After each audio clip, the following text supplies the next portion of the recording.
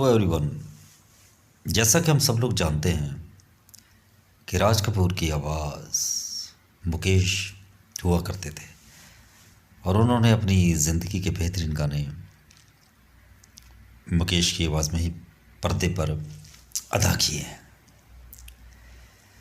और कुछ टफ गाने भी उनकी फिल्मों में हुआ करते थे जो मुकेश जी नहीं गा पाते थे, तो उनके लिए उनको मन्ना डे जैसे क्लासिकल सिंगर की हेल्प लेनी पड़ती थी। तो मन्ना डे की आवाज़ में भी राज कपूर जी ने बहुत से गाने गाए हैं और मुकेश की आवाज़ में तो उन्होंने बहुत बेहतरीन गाने, ज़्यादातर गाने गाए हैं। तो वो अक्सर मुकेश की आवाज़ को ही रेकमेंड किया करते थे। अगर और कोई डायरेक्टर भी फिल्म बना रहा होता था तो वो मुकेश की आवाज़ को ही सजेस्ट करते थे। एक बार फिल्म बन रही थी दोस्ताद, जिसके म्यूज़िक डायरेक्टर थे ओ.पी. नैयर।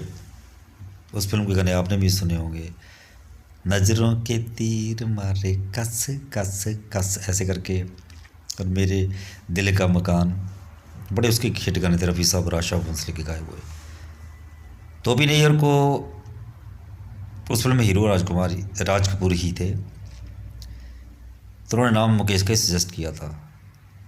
लेकिन ओ.पी. नैयर ने यह कह के मना कर दिया था कि इस फिल्म के सारे गाने पंजाबी टाइप के गाने हैं, इसमें रफ़ी साहब की बाजी सूट करेगी, मुकेश की नहीं करेगी।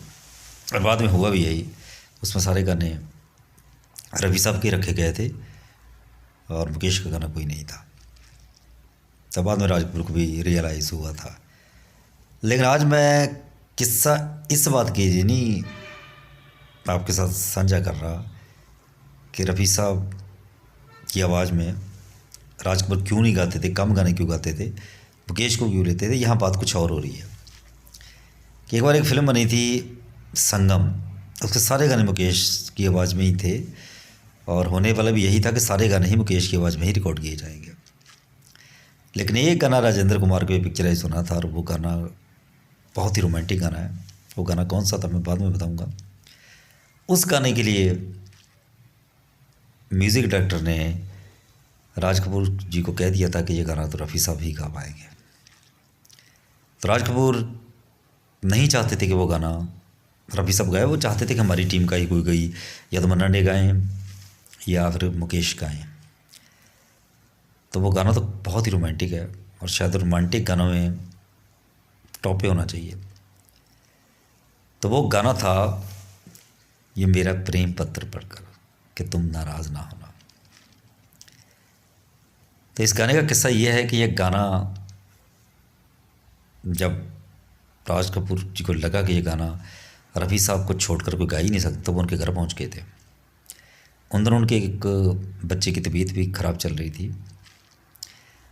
तो गए तो राज कपूर जब उनके घर पहुंचे तो रफ़ी साहब उनको रिसीव करने के लिए गेट तक आए, दोनों बैठे और राज कपूर रफ़ी साहब से मिलने से पहले रफ़ी साहब के सेक्रेटरी जो उनके साले भी हैं, उन्होंने 20,000 रुपये मांग लिए थे।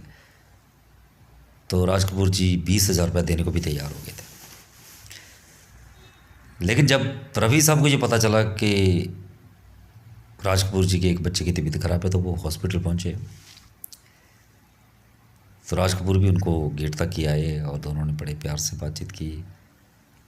लेकिन जब रफ़ी साहब वहाँ से जाने लगे तो आपको जानकर बड़ा ताज्जुब होगा कि रफ़ी साहब ने वही 20,000 रुपये बच्चे के सिराने रख दिए, यानी उनके तकिए के नीचे रख कर आ गए थे। इसीलिए कहा जाता है कि रफ़ी साहब धरती पर एक फरिश्ता इंसान पैदा हुए थे। उनको कोई पैसे का लालच नहीं था, बहुत सीधे साधे इंसान थे, साक्षात वो एक फरिश्ता इंसान थे। उनके चेहरे पे हमेशा एक मुस्कुराहट आप देखने को मिलती है। उनके जैसा इंसान तो कभी पैदा हो ही नहीं सकता। कितने किस्से ऐसे हैं जो उनकी इंसानियत को साबित करते हैं, उनके फरिश्ता होने का एहसास दिलाते हैं। तो कौन ऐसा आदमी होगा जिसके हाथ में 20,000 रुपये उस ज़माने में आए हों 60s में, और वो इस तरह से वापस करके आ जाए, ये रफ़ी साहब ही कर सकते थे। उनको पैसे का कोई लालच नहीं था। वो गाना रिकॉर्ड करते थे, चल देते थे, जितने किसी ने पैसे दिए पॉकेट में डाल लेते थे, कभी गिनते भी नहीं थे। कई म्यूज़िक डायरेक्टरों को कहते थे पैसे रफ़ी साहब गिन तो लोगे, क्या गिनने यार, जितने आपने दिए ठीक है। तो ये किस्सा था हमारे रफ़ी साहब के बारे में। Thank you, nice time.